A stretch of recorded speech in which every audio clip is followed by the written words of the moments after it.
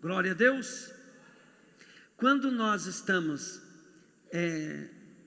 dedicando a nossa vida a Deus, igual agora, você saiu da tua casa para vir na igreja, significa que você separou a tua vida para vir na igreja. E qual é o motivo que você vem na igreja? Para buscar ao Senhor, para agradar ao Senhor. Essa vida de dedicação, pode-se dizer que é uma vida de santificação. E a vida de santificação é separar para Deus. Tudo que eu separo para Deus, eu estou santificando aquilo. Tanto é que a Bíblia fala assim, né? Separai todos os dízimos, porque santo é os dízimos ao Senhor. Então, quando eu separo algo para entregar para Deus, eu estou santificando aquilo. Então, as coisas, diga comigo, tudo é muito simples. E às vezes, querida, a nossa religiosidade, ela complica tudo. E nós começamos a querer buscar fazer o que é certo, vou fazer o que é certo, vou buscar o que é certo. E as coisas certas, querida, elas são simples, são fáceis de fazer. Quando nós começamos a ficar com dificuldade em entender, você pegou o caminho errado. As coisas são fáceis de entender. E dá um trabalho, né? Porque a gente tem que ficar pregando para pegar o complicado e tornar simples. O bom pregador, ele faz isso. Ele torna acessível aquilo que as pessoas sabem, mas não sabem como acessar, como praticar aquilo. Então, consagrar é isso. E a palavra, olha bem, a palavra consagrar significa totalmente dedicado a Deus. Então, quando eu dou uma coisa totalmente dedicado a Deus, eu estou consagrando. 1 Pedro 2,9 diz assim: vocês, porém, são geração eleita, sacerdócio real, nação santa, povo exclusivo de Deus. Para quê? Olha bem, para que nós somos separados? Para que nós somos dedicados? Agora aqui vai falar por quê. Diga comigo, para me dedicar a Deus, é a propósitos. Então, olha bem, não tem como eu consagrar a minha vida para Deus, se o Senhor Deus não dizer o seu propósito para mim. E quando é que Deus disse o propósito? É quando você começa a entender e saber o propósito de Deus para a tua vida. E quando é que você se apegou a Deus? É quando você se dedicou, quer dizer, separou tempo, separou tua vida, priorizou a buscar esse propósito. Muitas vezes nós queremos buscar coisas que os outros estão tendo porque nós admiramos. Às vezes nós admiramos um ministério profético e Deus não chamou a gente para ser profeta. E queremos ser profeta. Depois a gente de um tempo descobre que não é aquilo. Então nós devemos aquietar o nosso coração e ficar se dedicando a Deus para conhecer o seu propósito. O primeiro propósito de Deus para todas as pessoas é que todos sejam salvos. Então, quando você se dedica a você não perder a sua salvação e você ir para o reino de Deus, para o céu, para a salvação eterna, esse é o propósito. Tanto é que depois que você entrega a vida para Deus, o maior propósito do Senhor é usar o seu testemunho, diga comigo, testemunho, para ganhar outras almas. Aí olha bem que ele fala aqui: vocês porém são geração eleita, sacerdócio real, nação santa, povo exclusivo de Deus, diga comigo, vamos de novo, para quê? Então, para quê, portanto, no entanto, né? Tudo, é o que Deus quer, querido, que nós entendamos o propósito de estar fazendo alguma coisa. Quando eu sei o que eu vou fazer, eu me preparo para aquilo, correto, gente? Diga comigo, quando eu sei o que eu devo fazer, eu me preparo para aquilo. Sabe, querido, uma coisa que é complicada para mim pregar, é que se eu preparar uma mensagem, quase todas as vezes eu chego aqui, o Senhor fala de outro assunto, que eu não me preparei. Aí eu descubro, né, querido, que às vezes me saio bem ou não tão bem, Por quê? Porque eu vivo a palavra. Daí eu venho aqui, eu prego o que eu vivo, sai muito desordenado, né, na prática de um sermão bem elaborado, mas eu consigo passar um recado, que o Senhor me deu a revelação na hora aqui. Agora, se eu não estou preparado, então eu vou ficar complicado. Mas por quê? Porque faz 30 anos que eu sei que eu tenho que me dedicar para quê? Para fazer o melhor para Deus, para ganhar almas, para formar as pessoas, para deixar as pessoas apaixonadas por Jesus. Então é o que eu vivo me separando para fazer. Tudo que eu vou fazer, eu tenho que deixar de fazer coisas e fazer outras coisas para que eu possa estar uma pessoa mais preparada para a hora que o Senhor quiser usar o vaso. O vaso precisa estar preparado para a hora que o Senhor precisar usar. Entende? Porque você nunca sabe. O Espírito Santo, querido, ele não pode te dar uma receita de bolo. Porque se ele te der uma direção e uma receita de bolo, o diabo vai armar e vai travar aquela obra para que ela não aconteça na tua vida. Então o que você precisa fazer? Você tem que estudar, preparar e tudo dentro de um propósito, mas nunca, querido, com a receita do bolo pronto. Vamos dar um exemplo. Todas as vezes que Davi ia para a guerra, ele orava a Deus: Senhor, nós vamos ou não vamos? E o Senhor falava assim: pode ir.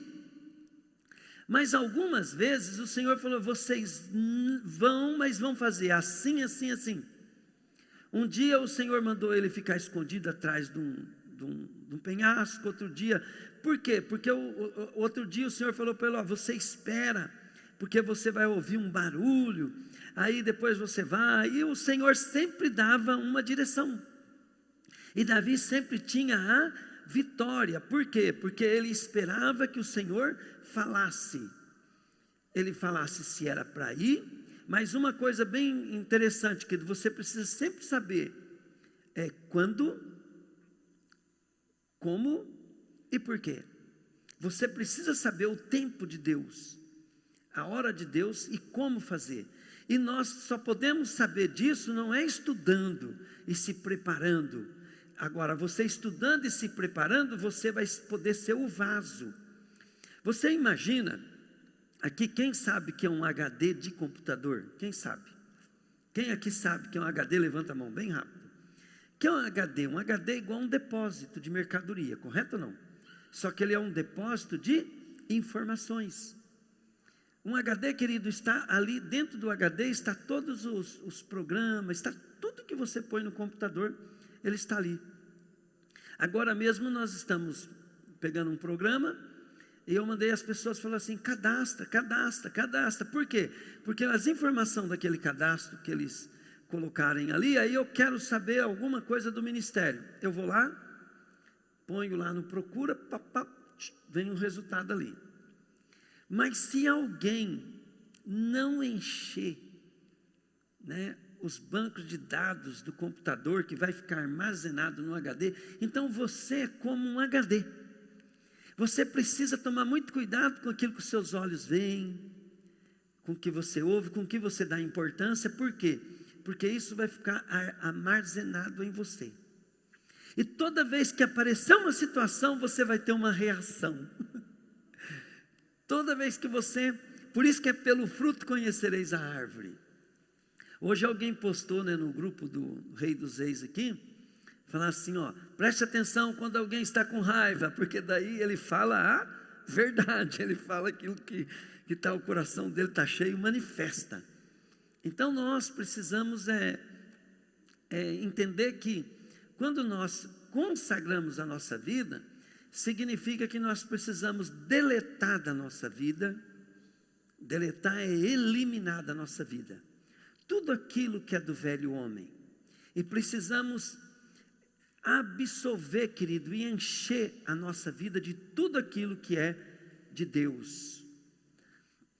Aí quando o Senhor tiver que fazer alguma coisa através da nossa vida, ou algum problema vir, querido, o Senhor, você vai depender do Espírito Santo, mas aquilo que está dentro de você é que vai ser acessado. suas habilidades, seu entendimento e seu conhecimento. Então, o estudar, o se formar, é você estar se preparando. Agora, para fazer as coisas para Deus, tem que ser pelo Espírito, tem que ser pelo poder. Zacarias 4,6 diz assim: não é por força e nem por violência, mas pelo meu Espírito, diz o Senhor. E aquilo que nós estamos absorvendo de Deus tem que ser encarado pela fé, como uma dedicação ao qual vai me transformar em outra pessoa. E essa outra pessoa, ela tem propósito. E aqui um dos propósitos é para anunciar as grandezas daquele que chamou das trevas para a sua maravilhosa luz. Para anunciar o quê? As grandezas. Então fique prestando atenção no culto, cada situação, ela tem que começar a entrar em você e você ter, querido, dentro de você o testemunho. Minha mãe, quando eu era menino, eu odiava evangélico, eu chamava de crente. Crente era uma desgraça, querido, para mim, né? E aquilo, querido, para mim crente era do diabo. Para mim crente era uma cambada de gente ordinária. E o meu coração cresceu assim, e minha mãe me vira crente quando eu tinha 7 anos de idade. E eu chegava na casa da minha mãe é muito simples, ela não tem um testemunho pessoal, mas ela presta atenção no culto, ela ama ir no culto da igreja dela. E aí, querido, toda vez que eu chegava em casa, ela falava assim, minha mãe é mineira, então ela fala uma palavra, querido, dá sono, porque você tem que esperar ela falar outra. Ela falava assim: ô Zé, oi mãe, então, ontem, o irmão fulano, ele contou um testemunho na igreja. E aí ela falava cada testemunho, que era um absurdo. Ela contou um testemunho de um irmão, né, que ele pregava e ele estava sem dinheiro. Aí ele orou, né, e o Espírito falou assim para ele: vai no teu paletó. Chegou lá no paletó, tinha um pacote de dinheiro dentro do bolso, né?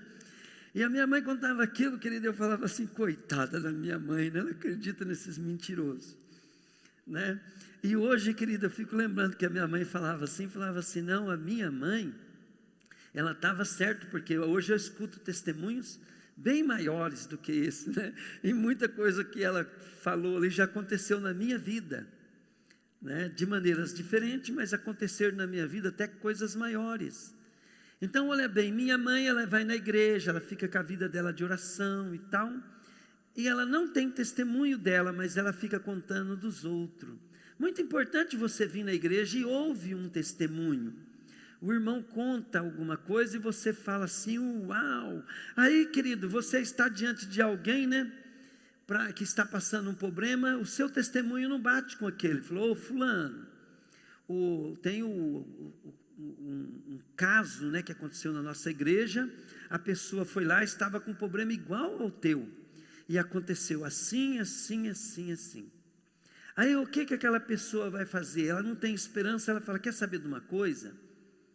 Eu vou dar uma visita nessa igreja, quem sabe vai dar certo para mim.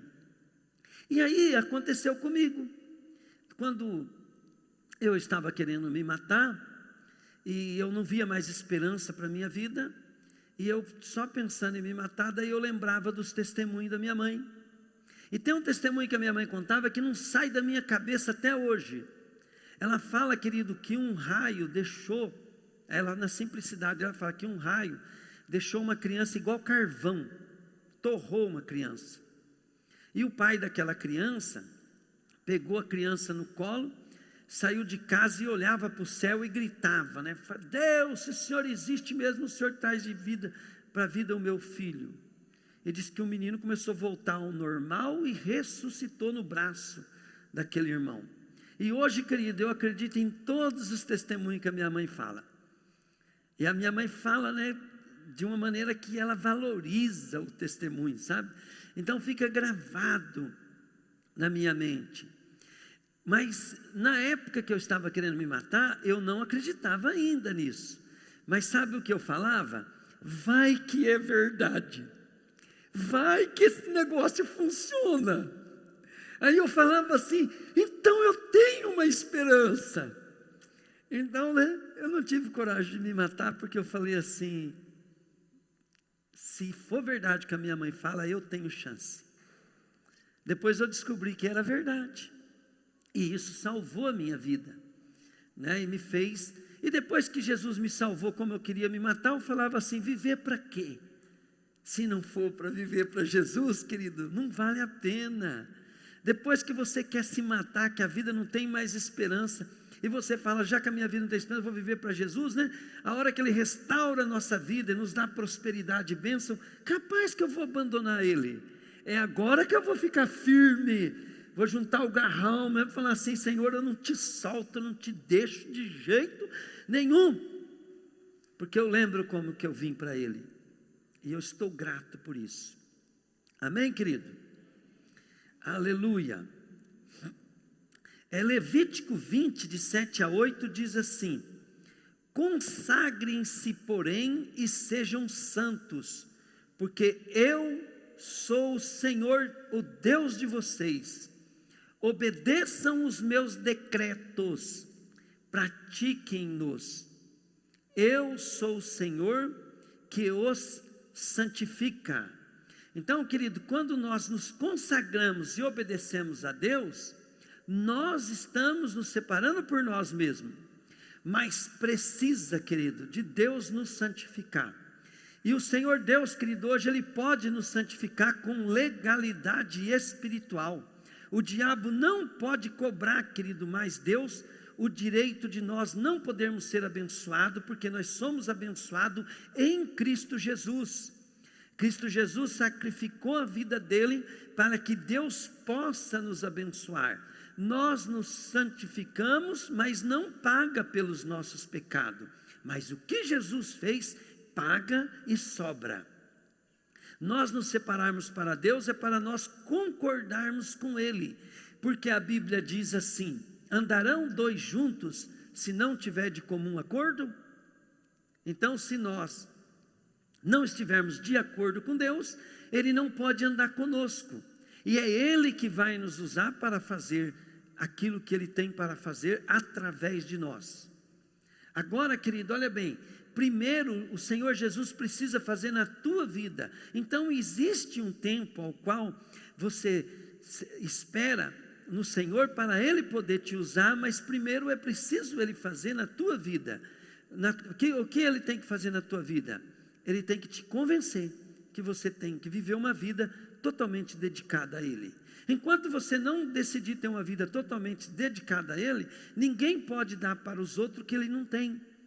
Então o Senhor já pode te usar como testemunho, mas muitas vezes você tem que ter paciência, porque com o tempo o Senhor te levanta para ser um grande homem de Deus e uma grande mulher de Deus. Mas você precisa saber que Ele precisa restaurar coisas na tua vida. Ele precisa tirar coisas que estão atrapalhando, valores que não são dele, que estão ocupando o lugar que só Ele pode ocupar. Quando eu falo de importância, é isso. Porque a importância que você dá a algo, querido, está ocupando um lugar que pertence a Deus na sua vida.